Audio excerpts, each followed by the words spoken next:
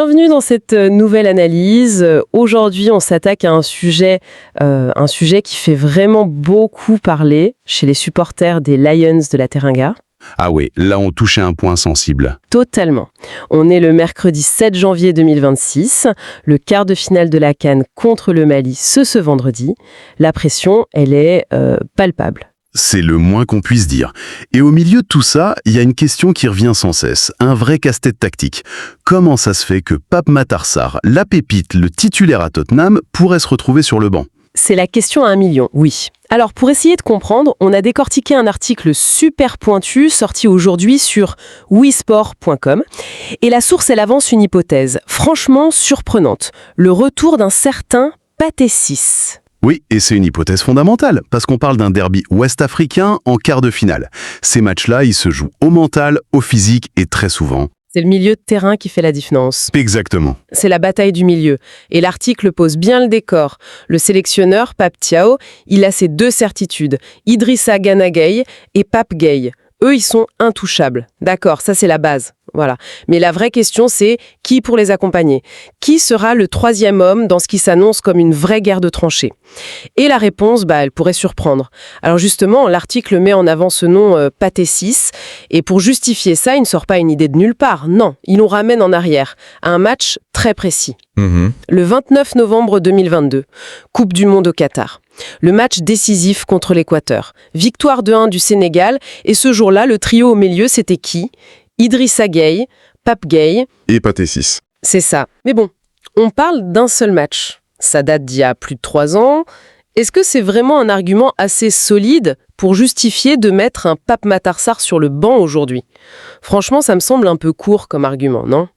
C'est une excellente question et tu as raison. Si on le prend comme ça, tout seul, ça paraît léger. Un seul match, c'est un échantillon minuscule. Voilà. Mais il faut se mettre dans la tête du coach, à 48 heures d'un match à élimination directe. Ce match, contre l'Équateur, c'est pas juste un vieux souvenir. C'est ce qu'on pourrait appeler une conitase, une preuve de concept. Une preuve de concept ?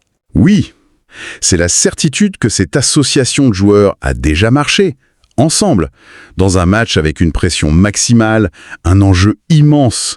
Et ça, pour un coach qui cherche à limiter les risques, cette preuve, même si elle est ancienne, elle a un poids énorme. Ça devient une sorte de garantie. D'accord, je vois l'idée. C'est une police d'assurance tactique, en quelque sorte. Mais alors, la question qui vient tout de suite, c'est si ça a si bien marché, pourquoi on ne l'a jamais, mais alors jamais, revu depuis ? Ça fait quand même un bail. Et là, on touche au cœur du problème. Ou plutôt au cœur d'un problème de riche. L'article l'explique très bien. Ce trio a disparu des radars pour une raison simple. L'éclosion de jeunes talents exceptionnels. Ah, la concurrence. Exactement. On parle bien sûr de Lamine Camara, de Habib Diarra et surtout de Pape Matar Sarr. Ces mecs ont explosé, ils ont pris une place énorme dans l'équipe et logiquement, ils ont rebattu toutes les cartes. La concurrence est devenue si forte que l'option Pathé Ciss, un profil plus travailleur, a été mise de côté. Au profit de joueurs plus créatifs. Voilà. Mais le fait que cette option existe toujours, quelque part dans un coin de la tête du coach, c'est précisément ça qui la rend pertinente aujourd'hui. D'accord, donc on a ce précédent qui sert de filet de sécurité, mais au-delà de ça, qu'est-ce qui, dans le jeu de Pathé Ciss maintenant, le rendrait si précieux pour ce match contre le Mali ? Parce que l'adversaire, il est différent. Absolument. Et c'est là que l'analyse de l'article devient, je trouve, vraiment passionnante. Elle ne regarde pas que le passé, elle dresse le portrait robot du joueur parfait pour ce défi malien. Et ce portrait, il ressemble drôlement à Pathé Ciss. Ah oui ! Qu'est-ce qu'il y a de si spécial à Pathé Ciss ? Il y a plusieurs choses. D'abord, sa forme, sa fiabilité. À 31 ans, c'est plus un petit jeune. C'est un joueur installé, un cadre dans son club, le Rayo Vallecano, en première division espagnole. C'est pas rien, la Liga. Pas rien du tout. Et la source donne un chiffre clé.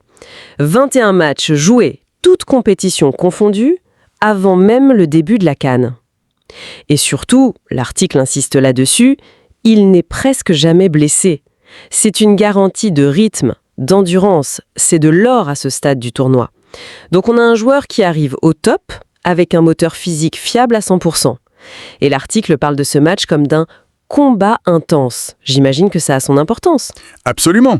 Le milieu malien, c'est connu pour être dense, engagé. L'article utilise le mot muscle, et c'est exactement ça. C'est ce que 6 peut apporter. Ce profil de joueur qui va au duel, qui met le pied, qui tient le choc. Ok, le côté guerrier. Mais ce serait une erreur de le réduire à ça. Là où il devient un atout tactique vraiment majeur, et ça la source le souligne très bien, c'est sa polyvalence. Oui, j'ai vu ça. C'est le point qui n'a vraiment interpellé. On le voit comme un milieu relayeur, mais cette idée de l'utiliser presque comme un 3e défenseur central, c'est complètement autre chose. C'est la clé de tout le raisonnement. L'article le décrit comme l'un des rares milieux sénégalais qui peut glisser en défense centrale sans perdre le moindre repère. Et concrètement, sur le terrain, ça donne quoi? Imagine, le Sénégal a le ballon, Pathé 6 décroche, il vient se mettre entre les 2 centraux, Koulibaly et Niakhaté, et là, en 1 seconde, sans faire de changement, tu passes d'une défense à 4 à une défense à 3. Ah oui, d'accord, l'avantage est énorme. Immense.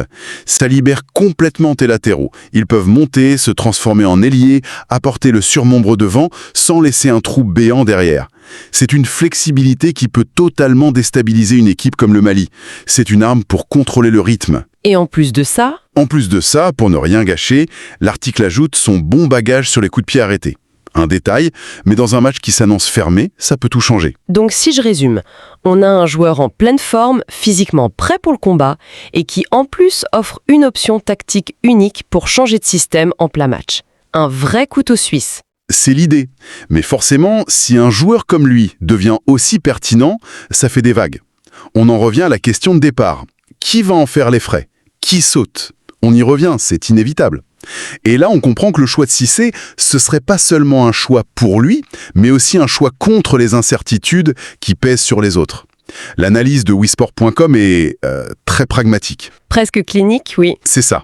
On passe les autres en revue. D'abord, Habib Diarra, titulaire contre le Soudan, mais le constat est qu'il ne semble pas totalement dans son rythme. Ok, ça c'est un premier point.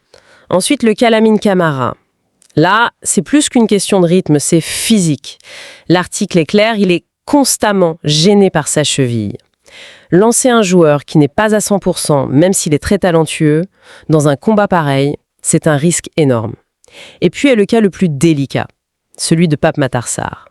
Et là, l'article lâche une petite phrase, une bombe. Oui, la phrase est très très forte. Je cite, « Pape Matar Sarr n'a pas la confiance du sélectionneur ». C'est direct, ça ne laisse aucune place à l'interprétation. Aucune. On ne parle plus de forme, de petites blessures, de rythme. On parle d'un décalage entre un coach et un de ses joueurs les plus doués. Mais qu'est-ce que ça veut dire ne pas avoir la confiance à ce niveau-là?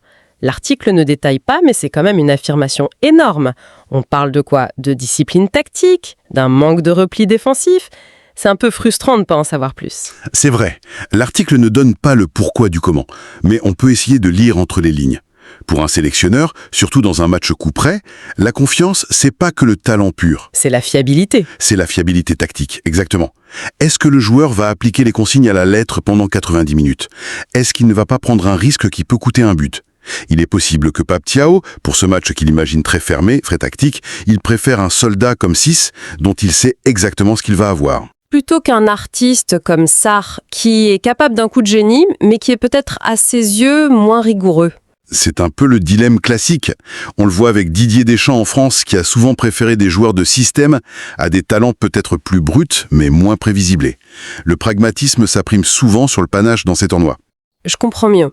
Donc en gros, titulariser Pathé 6, ce serait pas un coup de poker, ce serait presque une décision logique, par élimination, dictée par les circonstances. Il apparaît comme l'option la plus sûre du moment. C'est exactement ça. On n'est pas face à un choix par défaut.